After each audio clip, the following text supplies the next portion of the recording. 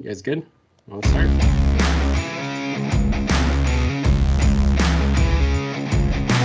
right, here we go. 3, 2, 1. Hello, Omniverse. I am Joe Bear. And I'm Zach. And I'm Diego. And this is Behind the Beard.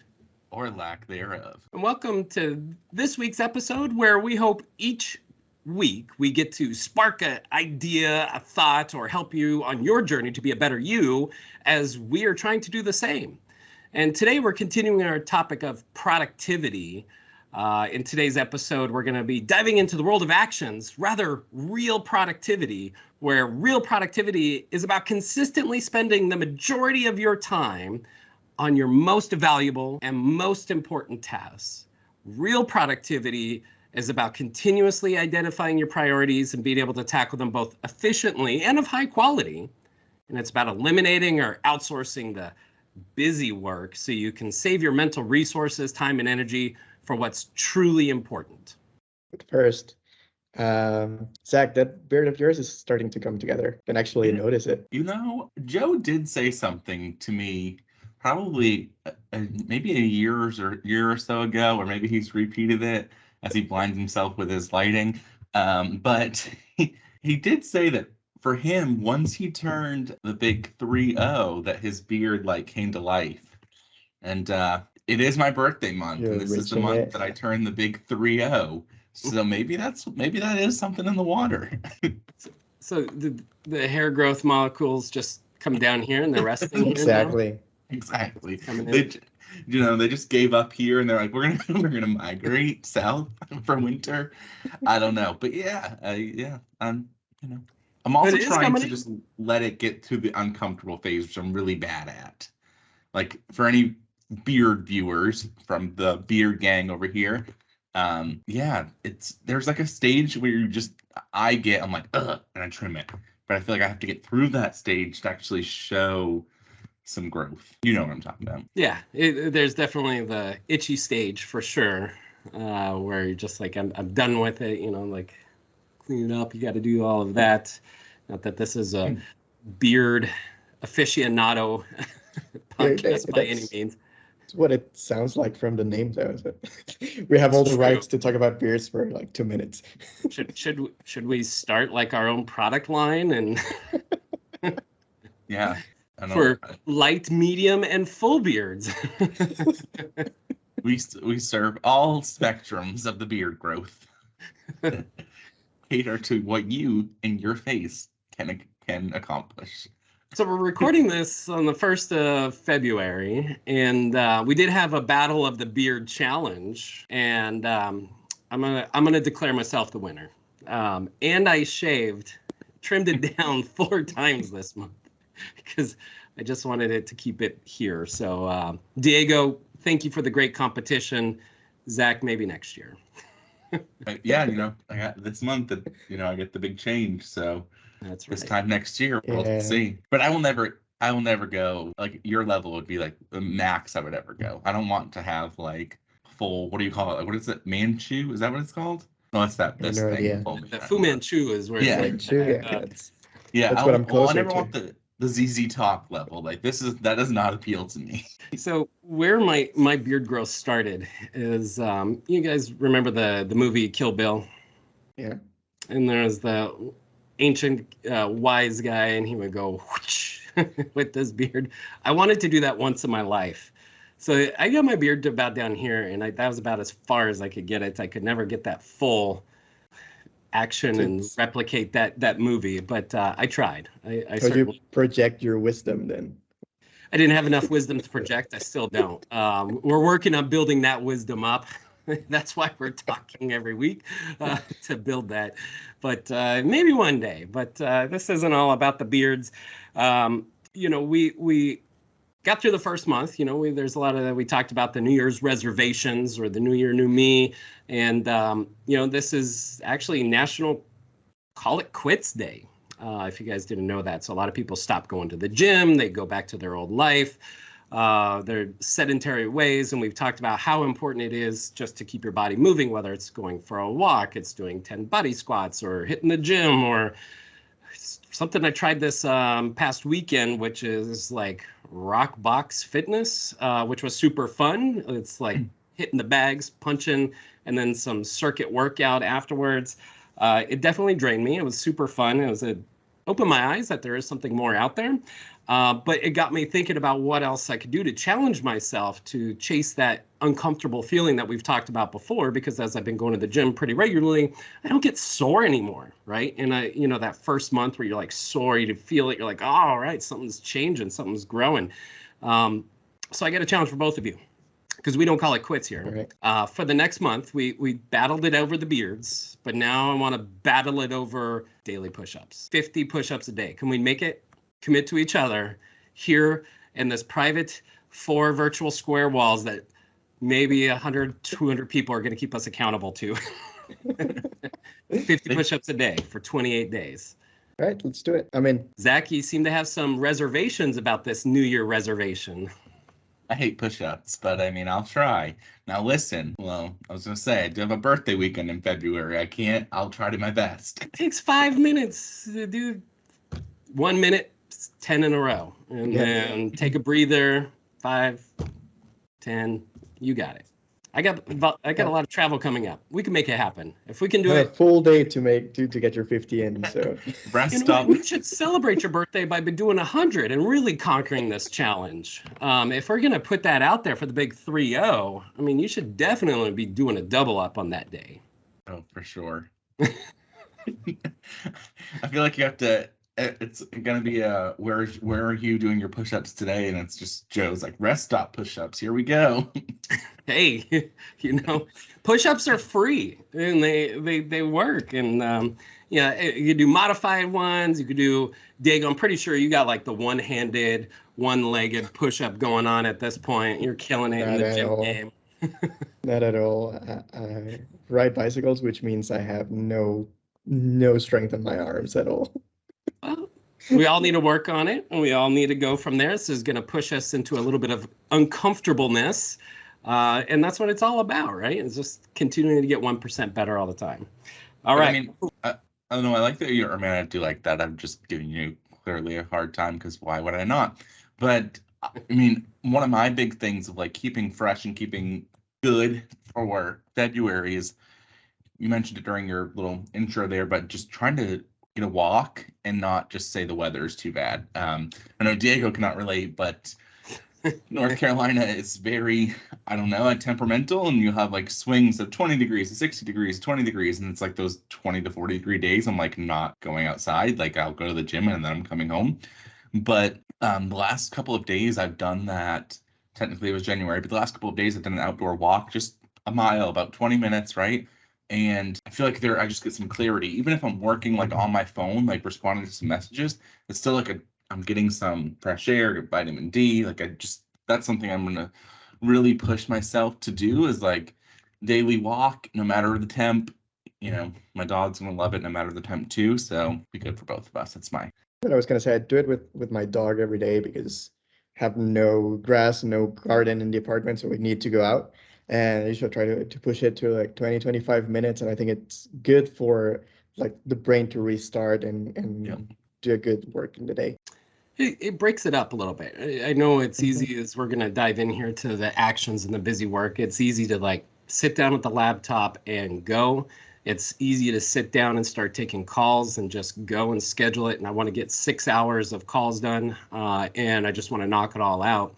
But, just taking that 30 minutes out there, one, you're going to help yourself feel refreshed. You're going to be able to conquer the next customer that's calling in that may not be so pleasant to you as all of the rest of them were. And you're going to be able to handle that a little bit more, right?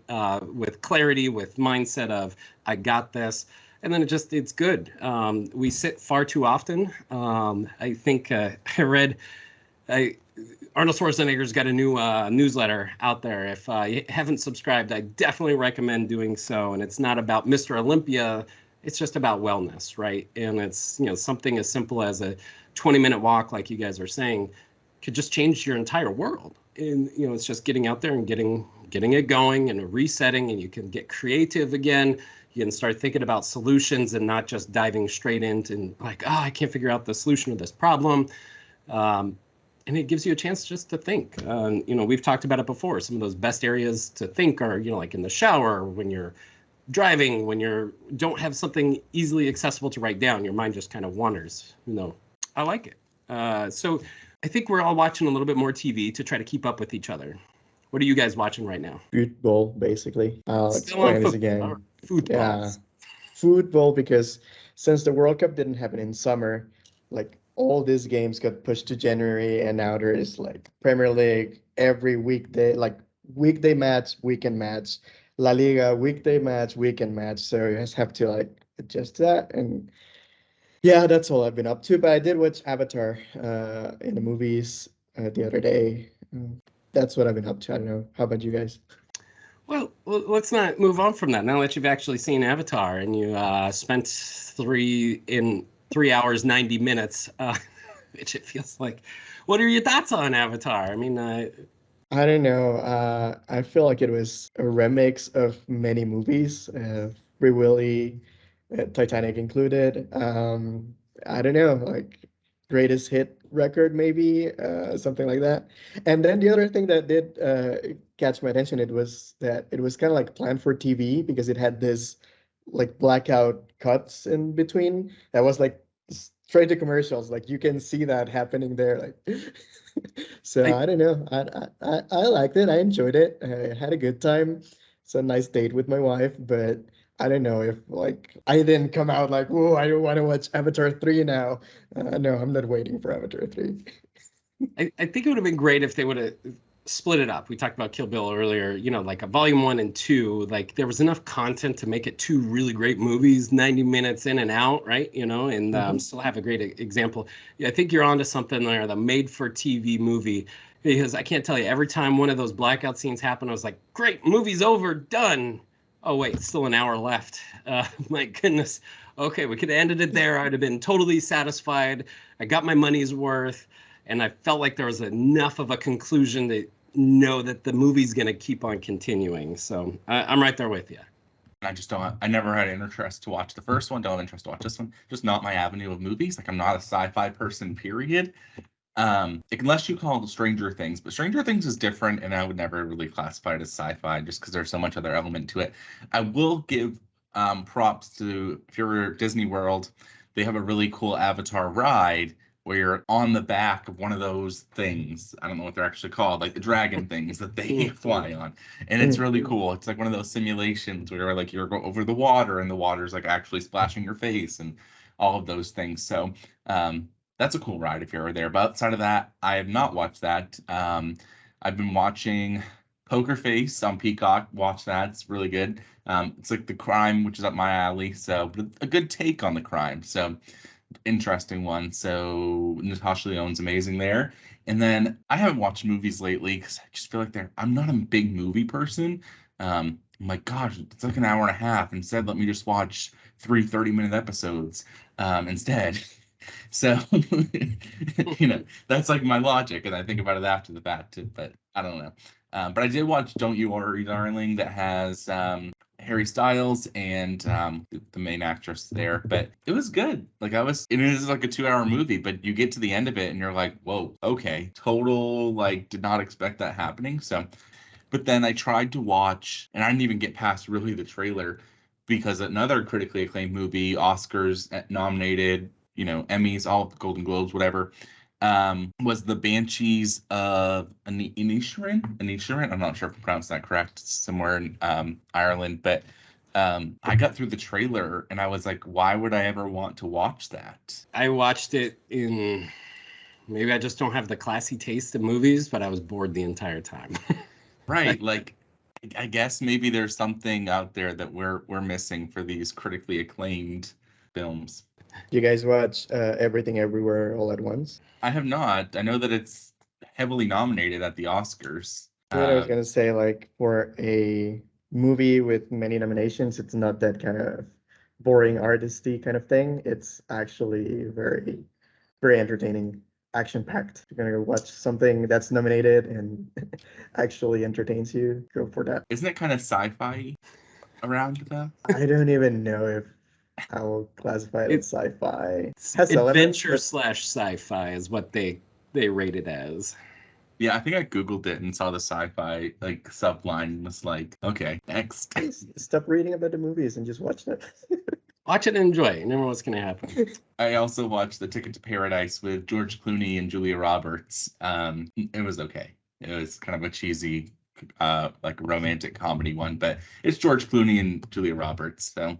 It was like the most light-hearted movie I've watched in a long time. Like, it's not trying to accomplish anything. It's not trying to, it's other than just get you through the 2 hours of a rom-com, like, hey, mid-2000s rom-com.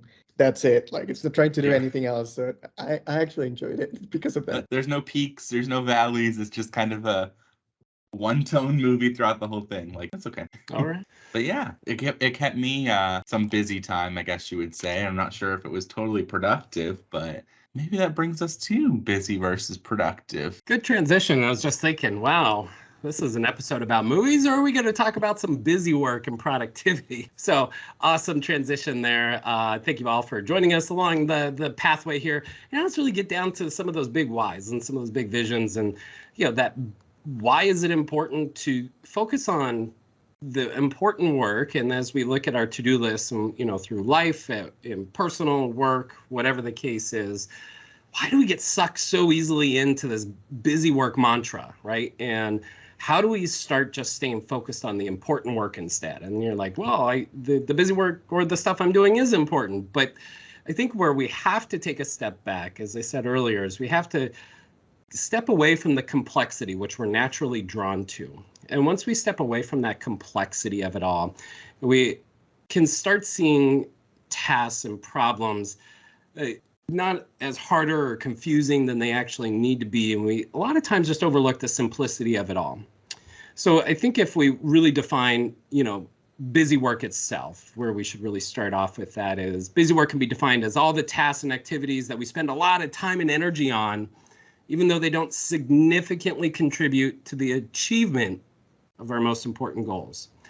So I think that's the one thing there. There's always going to be tasks to be done, but as I've always challenged my team, look at your task and look at see what can be optimized, what can be automated, what can be outsourced, right? That's always a good important one there is, okay, well, maybe somebody could do it better than what we can. And we've got to go factor that out there. But you've got to look at what's taking up all of this time. And sometimes it's just life on repeat. What do you guys feel about, this life on repeat busy work? I mean, you said it pretty well. And like Warren Buffett had the quote that says, there seems to be some human characteristic that likes to make easy things difficult. And I relate it to, we talked about it in the intro too, having this big old to-do list, right? And you check it off and you check it off. We talked about it before with our planning. Like, we like to check things off. All three of us are very similar in that aspect. And you feel good about yourselves when you're going through that. But then how often do I stop and think about what those tasks really meant and what actually was accomplished in a big picture outside of them, right? Like, is it quantity or quality that you're coming through? And I think that is a big piece of really what, you're asking there. And I found it interesting that busy work is almost like a false win or a false reward, a false congratulations moment, right? Like, I just got through everything. Like, I don't have anything more on my list. Like, I can even think of like doing some house tasks or just busy work to keep me occupied.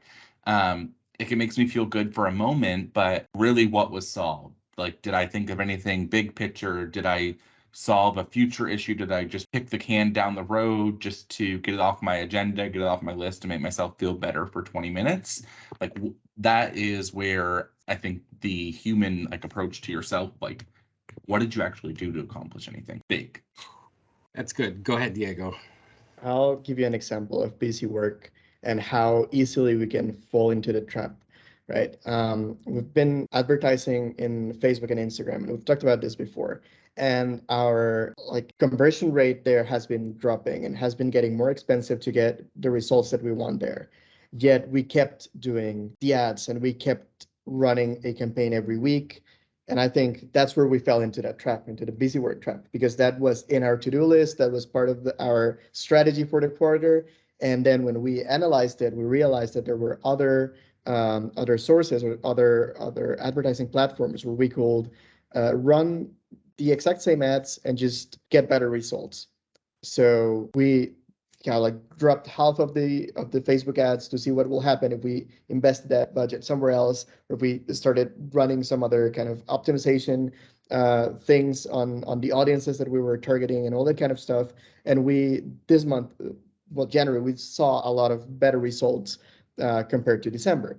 And I think that in this, we could have done it earlier if we wouldn't have been trapped in that Busywork thing of just like, hey, this is our to-do list. This is the Facebook campaign that we need to release this week. Let's go ahead and run it. Let's run it with the audiences that we know used to work. So you took what you were doing and, okay, well, here's how we're going to knock over the next domino. And we'll segue into that here shortly. And you took that and say, okay, well, this is our new plan of action and this is what I'm going to do. And you didn't solve the dominoes leading up to the big vision. You're just, okay, well, tomorrow I'm just going to come in and do the same thing. And then the next day, well, what do I do? Well, that worked, so I'm just going to keep on doing that. And it's very easy for the human mind. We all are guilty of it, of saying, okay, here are my actions. Here's what I do on a Monday. Here's what I do on a Tuesday. Here's what I do on a Wednesday. But have I moved my needle? Have I looked at my big domino down the road? And if you look at going into the domino story itself, right? You know, how do you, the power of one domino, be 2 inches big, and you can knock over one 50% larger, and then the next one 50%, next one 50%. So if you go on this pathway and you look at your challenge no matter what, on that 57th one, that 2-inch domino, 57 dominoes later, would be able to knock over a domino from here to the moon, right? That's how big it is, and that's how much that force multiplier happens when you start to look at those tasks that are into the big vision. So you have to take a step back and you have to look at, what is the big challenge I'm really trying to solve? And let me back down into those tasks on a daily basis, on a weekly basis, and not get wrapped into, well, this is my Monday duties. This is my Tuesday duties. You know, there's always going to be some level of that, no matter what job you're in, no matter what career you're in. There's always going to be a little bit of that work that just needs to be done. But what do you do with the rest of your time? Do you keep filling that in? Or do you take a big step and look, okay, well, if I want to knock down the Eiffel Tower with my 2-inch domino, what are those steps that are going to get me there? And what tasks do I need to do to get me to that step? So that's where it really comes back to, like what you were saying, Zach, is look at the big picture. Okay, well, I'm trying to knock over this really gigantic domino. That's the big challenge I have in business. Well, how do I get there? You know, I think a easier way to kind of summarize that and, you know, look at the domino effect of where it all goes is, do either of you know about Pareto's law, the 80-20 principles of 80-20? Pareto and his principle is that a few people own the majority of land in Italy. The principle has proven true in many other areas and avenues of life. One guy named Joseph, I mean, must be a smart guy, coined the phrase about Pareto's principle that they're vital few and trivial many. But where I'm going with this one is too many people are trying to run a business, work at their day job, juggle family responsibilities. The list seems to go on and on.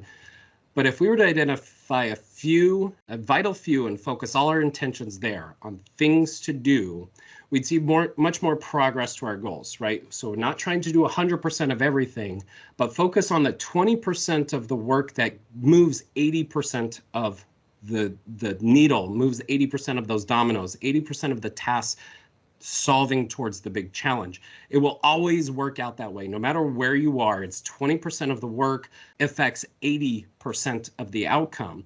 And you can see it probably in any career you've been in. It always seems like there's 20% of rock stars out there that are moving the needle more so than anybody else. Well, what are they doing? Well, they're taking a look at 100% of their duties, and they're focused in on 20% of the work that's going to move the biggest needle out there.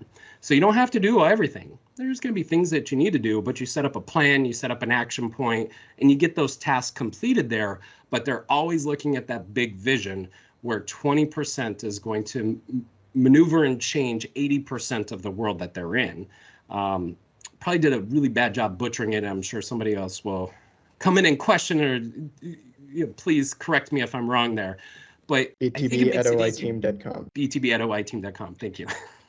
So I think it really simplifies things for me, in my mind at least, is that if I focus in on the 20% that's going to move the most amount of work, then the 80% of all the fluff, all the 80% of the tasks aren't going to move the needle to where we're wanting to go anyway. But that 80% is what we're talking about. Naturally, humans want to go to.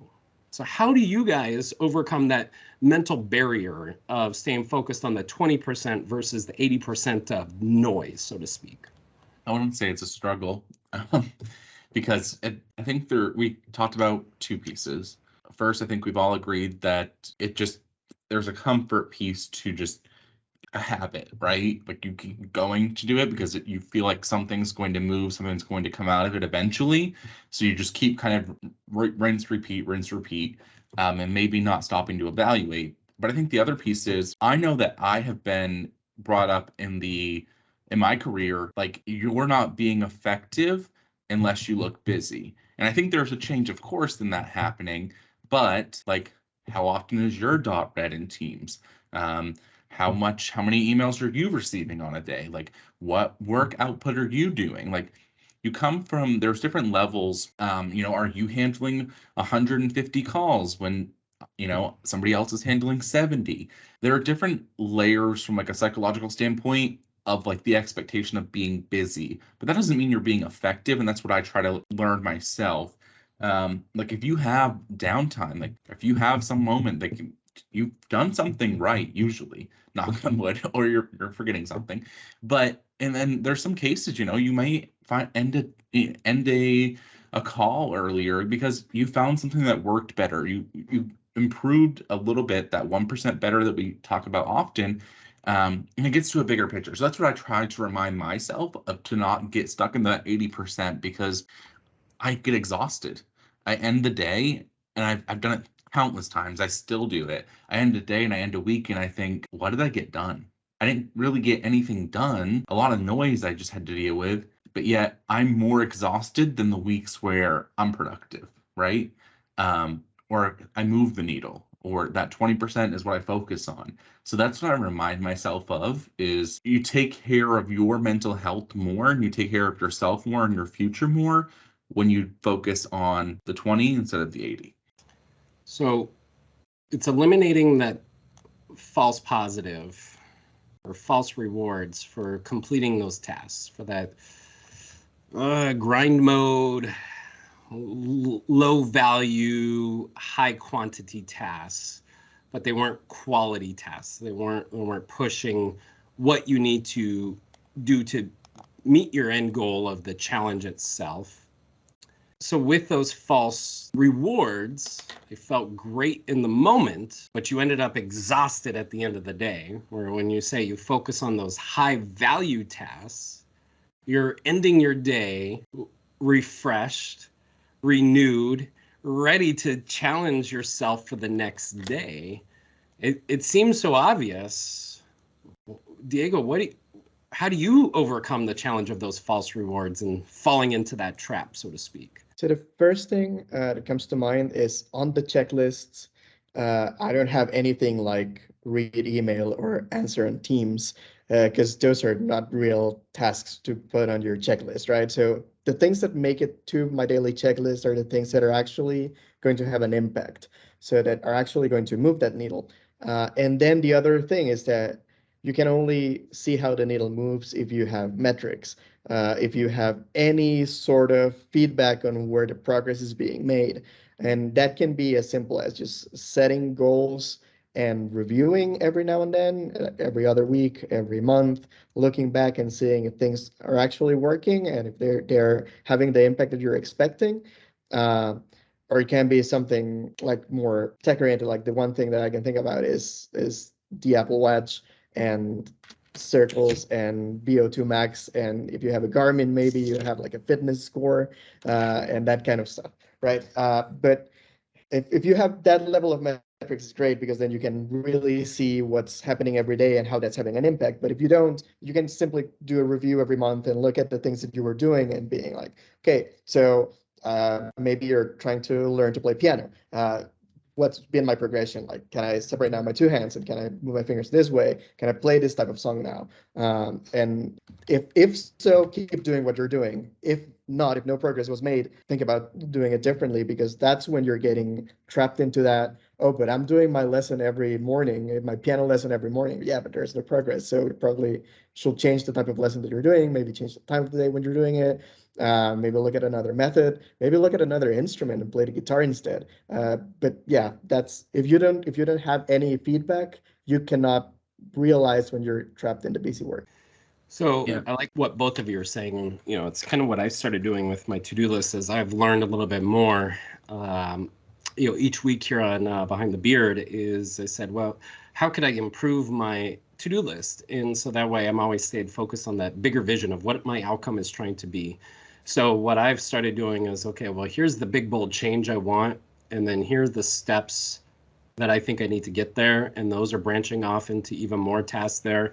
So sometimes it may get down to like if it's a real complex problem, I don't want to skip a step of I do need to reply to Diego's email here just to make sure he's informed or consulted. And I need to make sure that Zach is accountable for this, right? And so that would come down to sometimes that needs to happen there. But it's knowing that all of this work is kind of leading up into my one big task itself and the big vision of what I'm trying to change.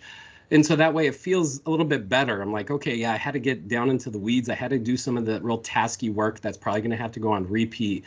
But I know it's for a vision and a purpose, not just go in and hit an inbox 0 because I want to say inbox 0. If I don't have that big vision in mind, then if I just listed out that task individually, it wouldn't make sense of why it was so important, right? And I don't see the big vision of where the next domino is going to hit the next layer up. And you can't skip those steps. You can't go from a tiny task to a big problem without some of those dominoes in between getting knocked over.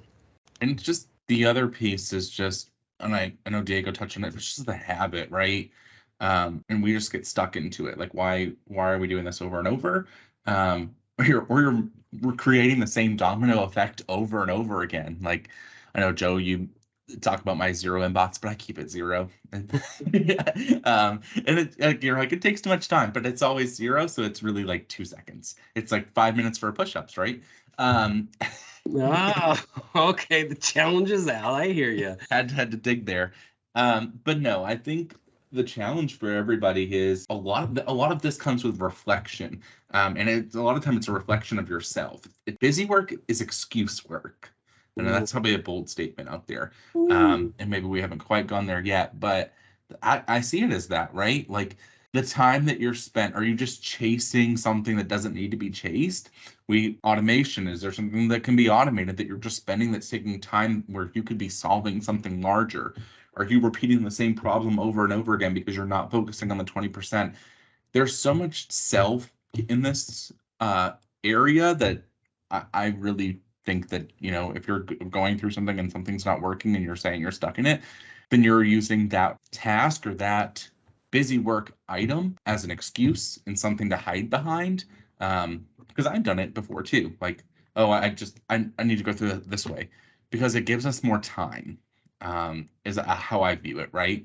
It gives you more time because you're afraid to maybe go through an uncomfortable route, like Joe said, or you're afraid to make a mistake.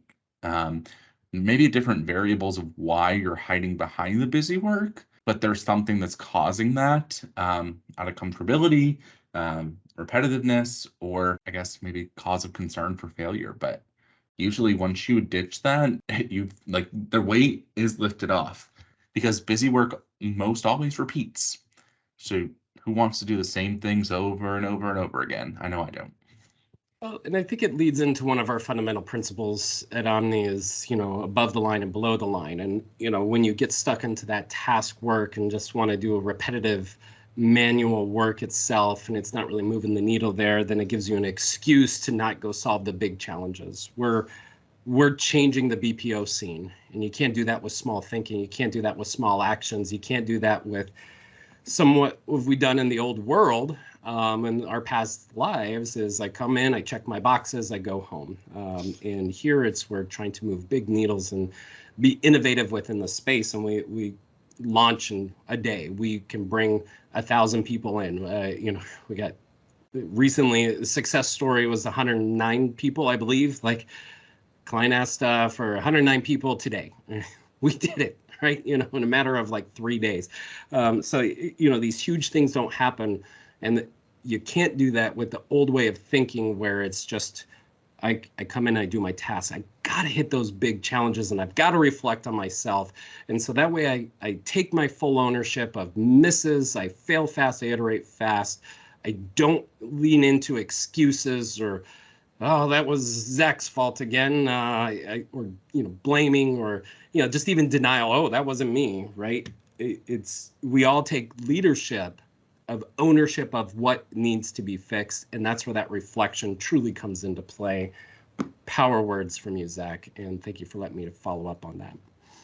But no, good topic. I'm excited to see. I think we close this one out next week, right? Yeah. We certainly do. And next week is about meetings and their meeting. So we'll skip around here a little bit, but let me close us out with a great quote from Gary Keller, an American entrepreneur focused in the retail or the real estate space. Productivity isn't about being a workhorse, keeping busy, or burning the midnight oil. It's more about priorities, planning, and fiercely protecting your time. As always, #keep learning, and let us know what you're learning about too. Please like and subscribe to our channel for more great content. If you would like to reach out to us, we'd welcome you to email us at btb@oiteam.com. And I would implore you to join us in on our push-up challenge in March, and there will be a random drawing for a free lunch to all of those that participate from March 1st through March 31st.